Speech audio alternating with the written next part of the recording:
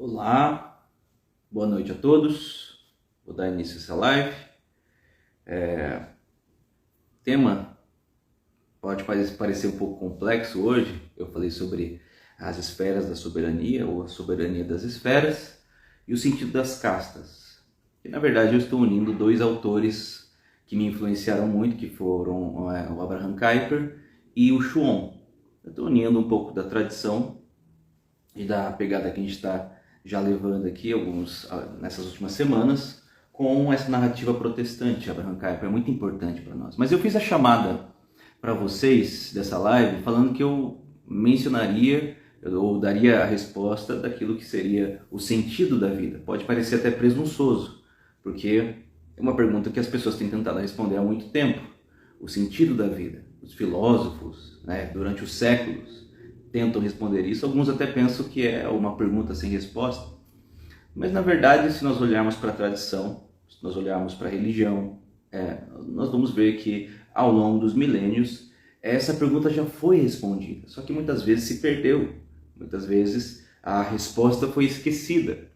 Agora, quando nós pensamos no sentido da vida, nós devemos nos ater muito mais ao sentimento do que à lógica. Nós devemos nos ater à sensação muito mais do que ao raciocínio. Porque não que o raciocínio não seja importante, não que a lógica não seja necessária, mas quando nós falamos de sentido da vida, não se pode excluir o sentimento. É preciso que você sinta que essa ou aquela coisa faz sentido. Não adianta eu abrir a Bíblia e dizer, é isso aqui que você deve fazer.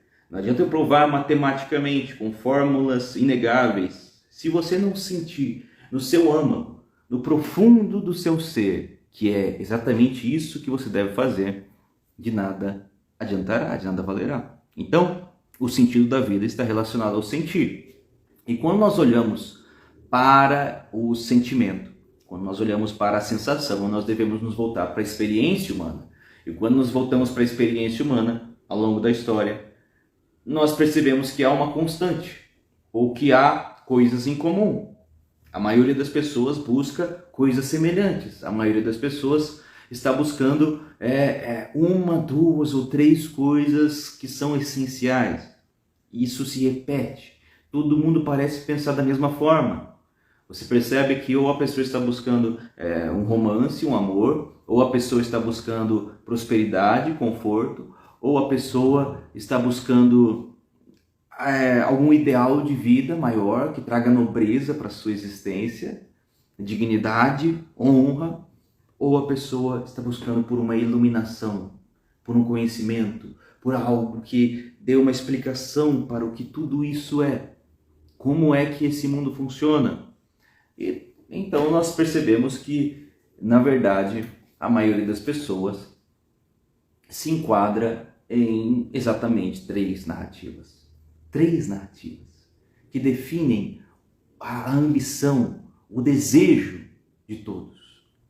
Elas são prosperidade e conforto, dignidade e honra, e sabedoria e conhecimento. Sabedoria e conhecimento. Bem, essas pessoas buscam isso naturalmente. Alguma dessas três narrativas vai soar mais importante para você. Você pode se preocupar com todas elas, mas alguma delas vai soar como mais profundo, como mais essencial, e você vai buscar essa narrativa. Agora, quando nós buscamos tudo isso, qualquer uma dessas três, apenas para nós mesmos, ainda parece um pouco vazio. Eu vou buscar conforto para mim, vou buscar sabedoria para mim, vou buscar honra para mim, ainda é muito vago, ainda é muito vazio, ainda é muito supérfluo. Mas quando nós conseguimos não somente conquistar essas coisas para nós mesmos, mas conseguimos produzir isso que desejamos para o próximo, para o outro, aí a nossa vida começa a tomar uma nova dimensão. Aí a nossa vida começa a fazer sentido, porque nós estamos nos conectando com o próximo. É isso que é o amor. O amor é quando você se conecta de fato com alguém além de si mesmo. E você não se conecta com o outro de forma abstrata, de forma virtual. Você se conecta quando você serve o próximo, você produz algo para o próximo e ele para você. Você serve alguma coisa para ele. E você não pode servir o vento, você não pode servir o nada, você precisa servir alguma coisa. E o que é que você vai servir? Alguma dessas coisas que você já estava procurando para si mesmo. Ou você quer enriquecer o mundo, ou você quer aliviar o sofrimento do mundo, ou você quer iluminar o mundo, providenciar a distinção. O que significa cada coisa? Qual é a verdade sobre cada coisa? Eu poderia colocar isso em termos mais matemáticos, metafísicos, da seguinte forma: ou você quer acrescentar algo de positivo para a existência, ou você quer retirar algo de negativo que existe no mundo, ou você quer fornecer a distinção entre um e outro, entre o positivo e o negativo. Aquele que quer acrescentar algo de positivo geralmente está focado no material. São os artesãos, são aqueles que enriquecem, embelezam o mundo com esse aspecto material, essa coisa material. Você, por exemplo, é um engenheiro, um arquiteto, ou até mesmo um pedreiro, você está produzindo algo que pode parecer não tão profundo, mas que vai proporcionar um conforto para alguém. Você pode ser, do outro lado, alguém que não está focado na produção do positivo, mas da retirada do negativo. Pega um médico, por exemplo. O médico quer aliviar o sofrimento, quer curar a dor, quer curar a doença. Essa pessoa está tirando o mal do mundo. O seu coração palpita por retirar esse mal do mundo. Da mesma forma, o policial, o soldado, ele olha para o sentimento de insegurança, ele vê a dor que a insegurança causa na humanidade e ele tenta sanar esse mal, ele tenta curar esse mal, ele tenta proteger o próximo. Então você vê aí alguém na camada da prosperidade acrescentando um bem, e você vê alguém na camada da dignidade e da honra retirando um mal. E depois nós temos o terceiro elemento, a terceira narrativa, que é da sabedoria e do conhecimento. É aquele que faz a distinção entre um e o outro. A sabedoria e conhecimento é antes dessas demais narrativas, porque é ela que vai ditar, ela que vai explicar, ela que vai ensinar o que é um e o que é o outro. O professor, por exemplo, está na narrativa da sabedoria e conhecimento. O padre, o pastor, todo aquele que ensina alguma coisa, está querendo iluminar o mundo. Nós vemos isso na Bíblia, por exemplo, no ofício do sacerdote, do profeta e do rei. Jesus Cristo era esses três, não é? Ele é esses três, ele é tanto rei dos reis, ele é profeta dos profetas e sacerdote, o sumo sacerdote. Ele continha tudo em si mesmo, mas essas são narrativas distintas entre si, são ofícios diferentes entre si. Então, Jesus Cristo é o rei dos reis, ele governa sobre o mundo material, ele tem poder sobre o mundo material, mas ele também é profeta, ele comunica aquilo que é de Deus, ele comunica a verdade para os homens, ele também é sacerdote, ele leva o sofrimento da humanidade para Deus, para que haja alívio da nossa dor. Então vejam, a Bíblia menciona essas mesmas três narrativas. Veja o exemplo dos três magos do Oriente, quando eles trazem o ouro, a mirra e o incenso. Eles estão simbolizando exatamente esses três ofícios. Jesus Cristo, com o ouro, ele é o rei dos reis, com a mirra, ele é o profeta, ele é o verdadeiro profeta, que traz a verdadeira revelação para nós, a maior de todas, e ele é o sumo sacerdote, representado ali no incenso. Então, nós vamos percebendo que existe uma profundidade, que existe uma narrativa que está sendo construída.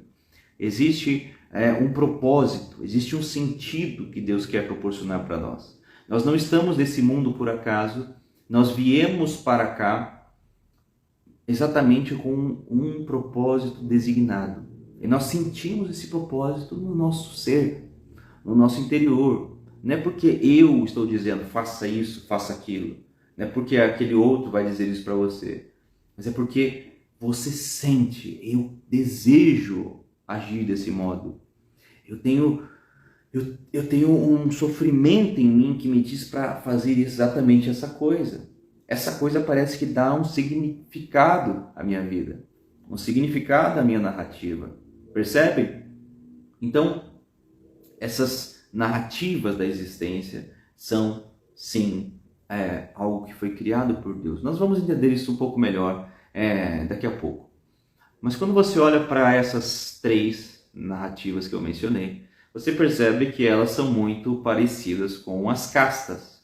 Isso mesmo, as castas indianas, que nós muitas vezes olhamos com preconceito.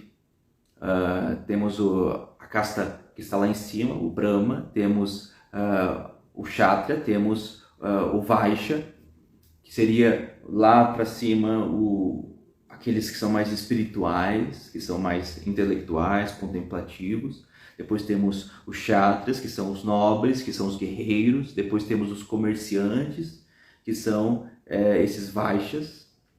E nós percebemos que eles operam exatamente nessas categorias que eu mencionei.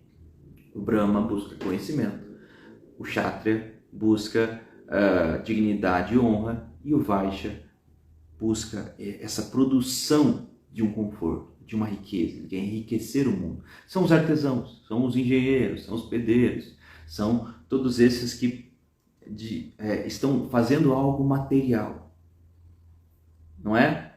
Agora, como é que nós sabemos de forma clara, de forma objetiva, onde é que nós nos enquadramos? Nós precisamos olhar e perceber que, de certo modo, parece que uma dessas 3 narrativas parece mais real para nós. Nós olhamos para isso e pensamos, isso é o mundo real. Essa outra coisa não. Essa outra coisa tá bom, é bonito, é uma poesia, é belo, legal, mas não é a vida real. Percebe? Aquele que está ligado para prosperidade e conforto vai pensar, o quê? A contemplação do belo, a contemplação da sabedoria, do conhecimento, isso aí é ilusão, isso aí é perda de tempo. Ela vai querer o resultado mais concreto, material. A pessoa da dignidade e honra, ela é até um pouco idealista, sim, mas ela não é tão idealista como a pessoa que está buscando sabedoria e conhecimento. A pessoa que está nessa narrativa da nobreza vai olhar para esse sujeito que está buscando conhecimento e vai pensar, tá bom, beleza, já conheceu demais, já pensou demais, já leu demais, agora vamos para a prática, vamos para a ação. E do mesmo modo, a pessoa que está ali querendo produzir conforto, querendo produzir algo concreto, material, vai olhar para a pessoa da narrativa da nobreza, da honra, e vai falar, você está idealista demais, você está buscando algo muito abstrato. É preferível o resultado concreto. Vamos ser mais pragmáticos. Esse seu ideal está produzindo algo de bom? Pensa, por exemplo, nessas pessoas. Me veio à memória o filme do Tropa de Elite, né? Um policial que quer lutar contra o sistema. É uma coisa muito idealista. Uma pessoa que é da narrativa do conforto, da prosperidade, do material, nunca seria tão idealista assim de querer lutar contra o sistema. Porque isso exige muito esforço, isso exige até mesmo um determinado tipo de idealismo, que é relativamente ilusório. Então, isso cabe mais àquelas pessoas que estão querendo dar um sentido de honra, aliviar o sofrimento do mundo, aliviar o sofrimento da humanidade. Então, a pessoa que está buscando resultados materiais, concretos, não está preocupada com isso. Eu quero dizer para vocês que não tem nada de errado nisso. Não tem nada de errado em nenhuma dessas 3 narrativas. Nem no conforto, nem na dignidade e honra, e nem na sabedoria e conhecimento. Elas são apenas âmbitos distintos de um sentido de vida que Deus quer proporcionar para todos nós. Agora vejam, eu fiz a chamada para a live, mencionando tanto o sentido da vida. A Kézia falou aqui, comentou: Michel, deixa essa live salva. Eu vou salvar, sim. Eu fiz essa chamada dizendo que nós podemos responder tanto o sentido da vida como o lugar ao qual nós pertencemos. Qual é o nosso lugar no mundo? Não basta só você entender o sentido da vida de um modo mais geral, de um modo abstrato. Eu preciso que você saiba, tá bom, onde é que eu exerço esse sentido? Onde é que eu posso realmente produzir esse sentido no mundo concreto? Qual é o meu papel social? E essa é a pergunta de ouro. Qual é o meu papel social? Isso pode parecer algo muito temporário, não eterno, mas é especificamente no seu papel social que você vai entender a sua identidade individual. Especificamente no coletivo que você vai entender qual é o desenvolvimento da sua personalidade. Não tem como você desenvolver a sua personalidade de forma isolada. É preciso que você tenha um lugar concreto para fazer isso. Percebe? Na semana retrasada eu mencionei as 12 camadas da personalidade. E quando eu fui chegando ao fim, eu me apressei. Eu não quis falar tanto assim das 4 últimas camadas, porque elas são mais profundas, elas são mais adiante. Porém, no processo, no desenvolvimento das camadas da personalidade, os últimos estágios são exatamente esses em que nós começamos a nos voltar para o coletivo. A nossa personalidade só ganha solidez, constância de fato, quando ela tem a ver com o próximo, com o outro, com a sociedade, com o mundo, e não somente com o nosso eu isolado. E as últimas 4 camadas tratam, de certo modo, vamos colocar aqui uma analogia com essas narrativas que eu mencionei no início dessa live. Nós temos, por exemplo, a camada 9, que é da busca do conhecimento, que é de você tentar resolver os questionamentos universais para responder para o mundo, para o próximo, os sofrimentos existenciais da humanidade. Nós temos a 10ª camada, que é de você se tornar o arquétipo dessas respostas, então você se tornar compatível com uma honra, com um caráter, você fazer exatamente aquilo que você considera o que é correto, aquilo que intelectualmente você percebeu que é o certo. Temos a 11ª, que é você transformar o mundo histórico e também material. Depois temos a 12ª, que seria quando você chega no último estágio, que você já está voltado totalmente para Deus. Mas o que eu quero dizer é que existe um momento da personalidade, na maturidade, no desenvolvimento dela, que ocorre essa percepção de que o seu eu não é tudo. Você começa a se voltar para o próximo, para o coletivo, para a sociedade, e então você deixa de se preocupar com o próprio umbigo e começa a compreender o seu papel no mundo. E aqui nós entramos no outro assunto do tema da nossa live, que é a soberania das esferas. Eu coloquei esse termo que é um pouco complexo porque evoca 2 autores que eu gosto muito, como eu mencionei, o Schwann e o Kuyper, mas o Abraham Kuyper tem essa teoria que destrincha como o universo funciona, como o cosmos foi criado. Ele fala das esferas da soberania de Deus, isto é, Deus é soberano, Deus é o criador de tudo, mas ele divide o seu poder com outras esferas, com outros poderes constituídos. Isso é muito importante porque, vejam, o cosmos não é uma sopa caótica no meio do nada. Não, o universo foi criado de forma ordenada, de forma organizada. Deus criou o mundo de forma ordenada. Por exemplo, ele cria a gravidade, ele cria a relação entre um planeta e o outro, o centro gravitacional, a força que um astro exerce sobre o outro, a força que a Lua exerce sobre a Terra. A Lua, nós sabemos, exerce um poder sobre a maré, sobre o oceano, até que ponto a onda vai na praia e assim por diante. Nós sabemos que sem a Lua nós nem poderíamos ter vida aqui, tudo seria um caos. Então nós vemos que tudo é ordenado de forma muito bela, de forma muito organizada, mas não só isso. Tudo é ordenado de modo que Deus não precisa estar ali o tempo todo dizendo: vá até esse ponto, não passe daqui, não passe de lá, porque os próprios entes que ele cria, os próprios poderes constituídos vão exercendo essa soberania de forma relativa, mas vão produzindo, vão, de certo modo, ajudando Deus nesse controle do universo, nesse controle do cosmos.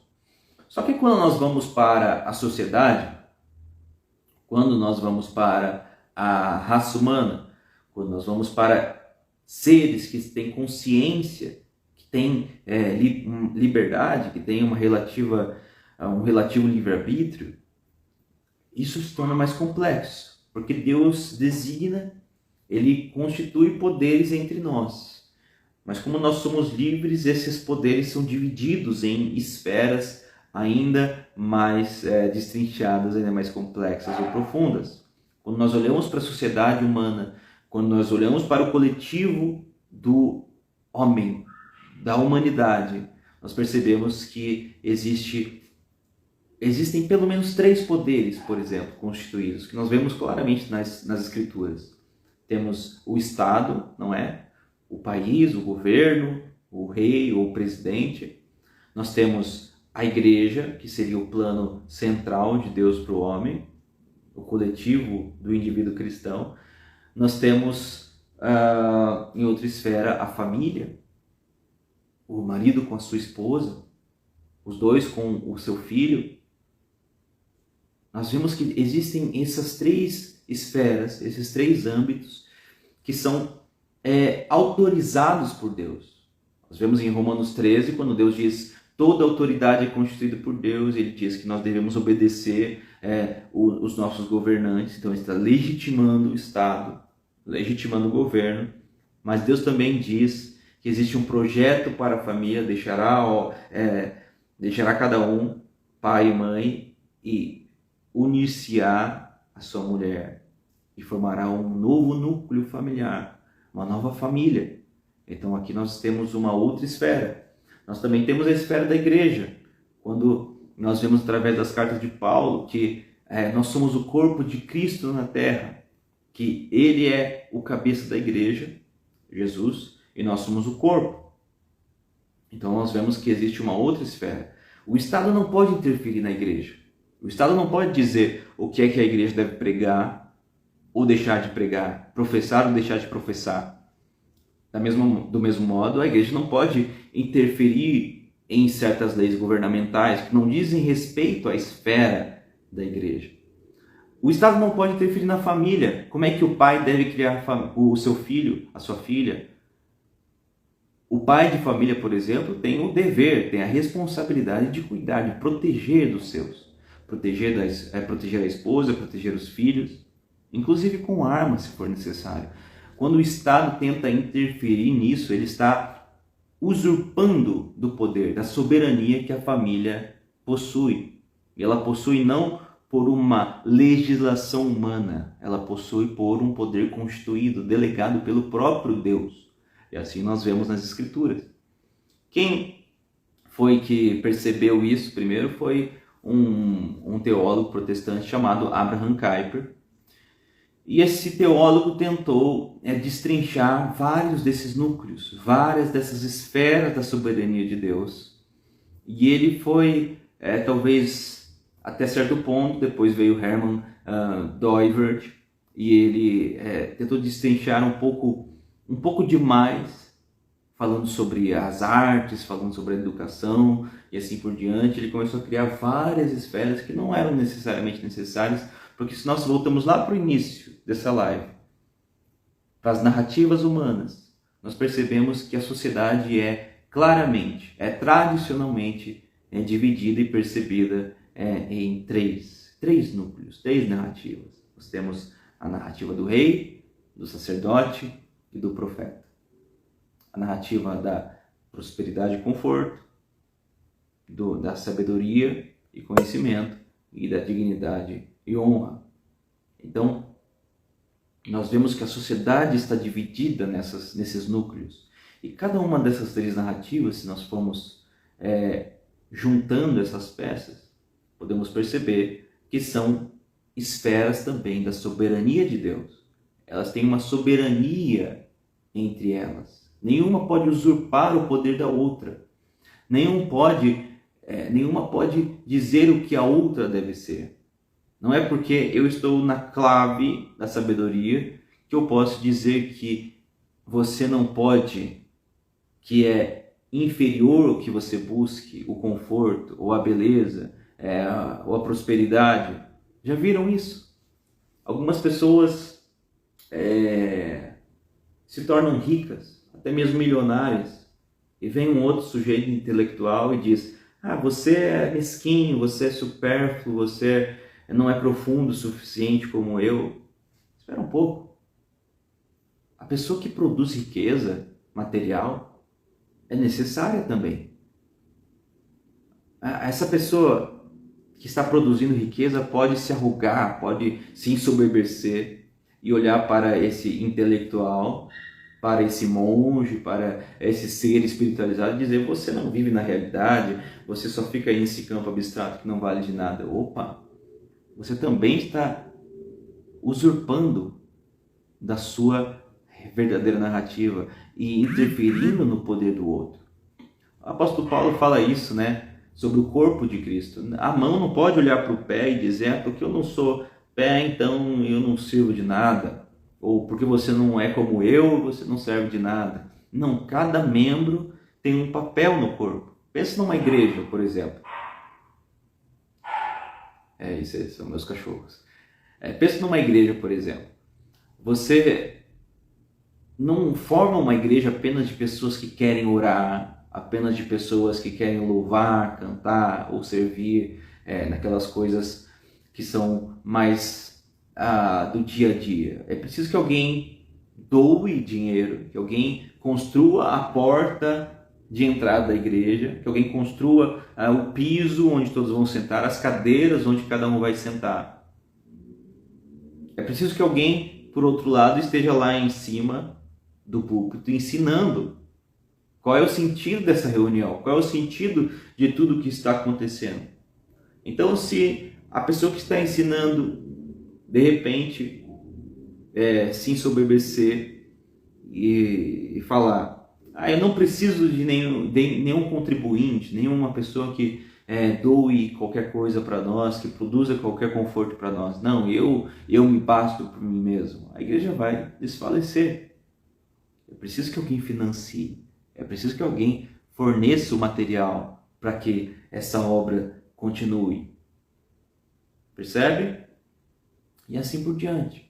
Quando nós olhamos para a narrativa do outro, para a narrativa do próximo, e pensamos: você é inferior a mim? Você não é tão nobre quanto eu? Você não é tão importante quanto a narrativa que eu estou perseguindo? Você não compreendeu que, na verdade, Deus constituiu essas narrativas.